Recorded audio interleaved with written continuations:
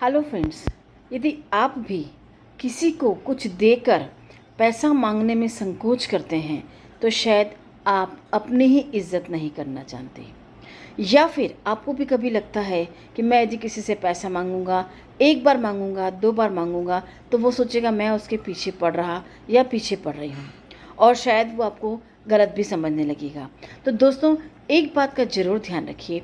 जब हम किसी को कुछ देते हैं ना, तो हम उसकी लाइफ में वैल्यू एडिशन करते हैं, और जब हम किसी की लाइफ में वैल्यू एडिशन करते हैं तो उससे जो पैसा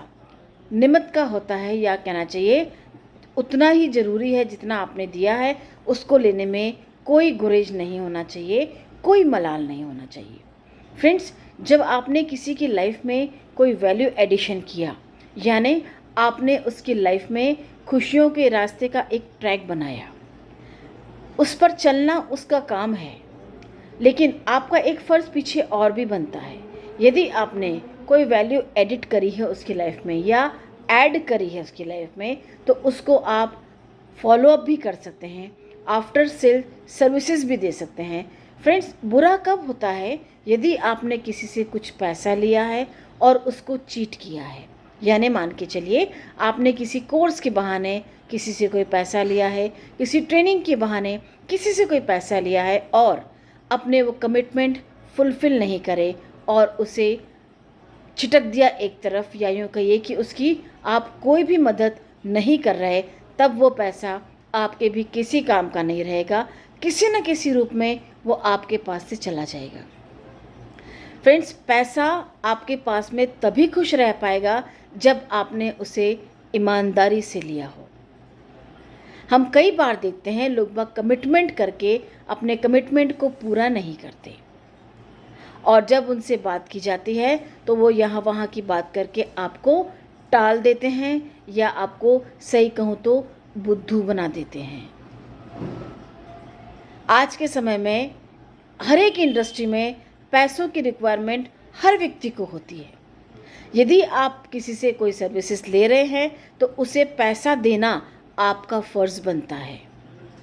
यदि वो आपसे न भी ले तब भी आपको पूछना चाहिए, या आपको अपने मन से आपको जो समझ में आता है एक लिफाफे में उसकी उस जगह पर रख देना चाहिए जहाँ से उसका बिजनेस चलता है।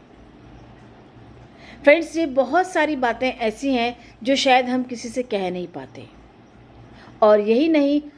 यदि हम अपने कंटेंट से ज़्यादा कुछ दे रहे हैं तब तो पैसा लेना आपका अधिकार बनता है। वो आपके लिए एक तरीके से आध्यात्मिक मनी, या कहना चाहिए स्पिरिचुअल मनी बन जाता है।